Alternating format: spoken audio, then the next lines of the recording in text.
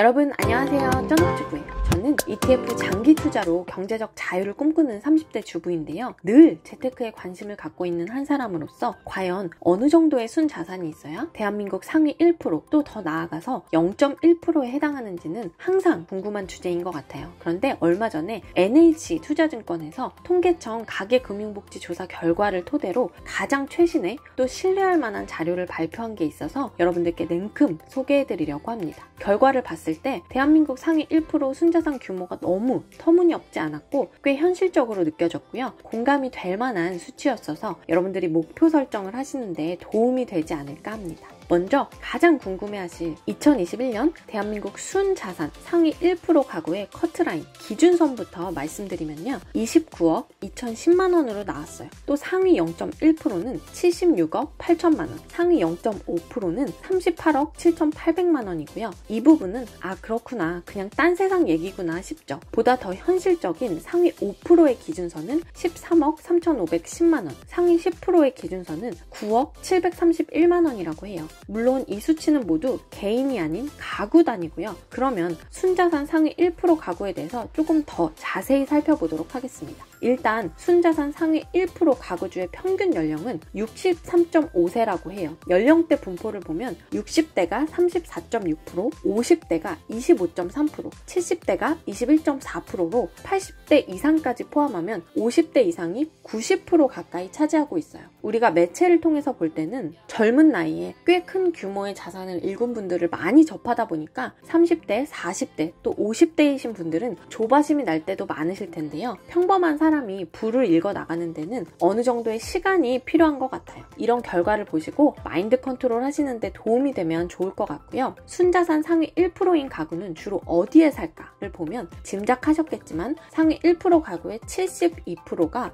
수도권에 거주하고 있는 걸로 나왔다고 해요. 수도권 쏠림 현상이 상당히 심하긴 하죠. 또 앞서 말씀드린 부분은 순자산 상위 1% 가구의 커트라인인데 상위 1%에 속하는 가구들끼리 다시 평균을 냈을 때 총 자산은 51억 원, 순자산은 46억 원으로 나왔다고 해요. 순자산이 총 자산에서 부채를 뺀 금액인 걸 생각해보면 생각보다 부채 비율이 높지 않더라고요. 평균 부채가 4억 7천만 원으로 부채 비율이 9.2% 정도라고 하는데요. 흔히 부자일수록 대출을 잘 활용한다라고 하지만 생각보다 리스크 관리도 철저하게 하면서 자산을 건전하게 관리해 나간다는 걸 알 수 있었어요. 자산 구성 현황은 금융자산 17.8%, 실물자산 82.2%로 대부분의 자산이 부동산에 쏠려 있는 걸 볼 수 있죠. 다음은 상위 1% 가구의 생활적인 측면인데요. 이들은 얼마 정도를 벌고 어떤 집에 살면서 얼마 정도를 소비할까요? 상위 1% 가구의 연평균 소득은 평균 2억 1,517만 원이고요. 이 중에 자본소득을 제외한 근로나 사업으로 얻는 소득이 1억 3,136만 원 정도로 60.9%를 차지했어요. 전체 소득 중에 자본소득이 40%나 되는 것도 놀랍지만 또 근로나 사업을 통한 노동소득도 꾸준히 일으킨다는 점도 흥미로운 것 같아요. 거주주택은 10가구 중에 9가구 정도가 자가거주였고요. 주택 종류는 아파트, 대략 50평형 규모이면서 평균 주택 가격은 15억 6천만 원인 곳에 산다고 하는데요. 사실 이 수치를 처음 봤을 때는 생각보다 가격이 낮아서 고개가 좀 갸우뚱했어요. 그런데 들여다보니까 가지고 있는 부동산 중에 거주주택은 30.6%, 거주 이외의 부동산이 48.1%로 거주주택이 상당 부분을 차지하는 일반적인 가구의 모습과는 달리 많은 부분을 투자자산으로 활용하고 있는 걸 볼 수 있었고요. 또 월평균 소비 금액은 479만 원으로 나왔다고 하는데요. 처음에는 이 부분도 좀 의아했어요. 그런데 자세히 살펴보면 이 수치는 순수한 소비 지출만 따진 것으로 이 중에 식비가 140만 원, 교육비가 67만 원이라고 해요. 우리가 먹고 살려고 돈 버는 거다 이런 말 많이 하는데 역시 먹는 것에 가장 큰 지출을 하고 있는 걸 볼 수 있고요. 교육비의 경우는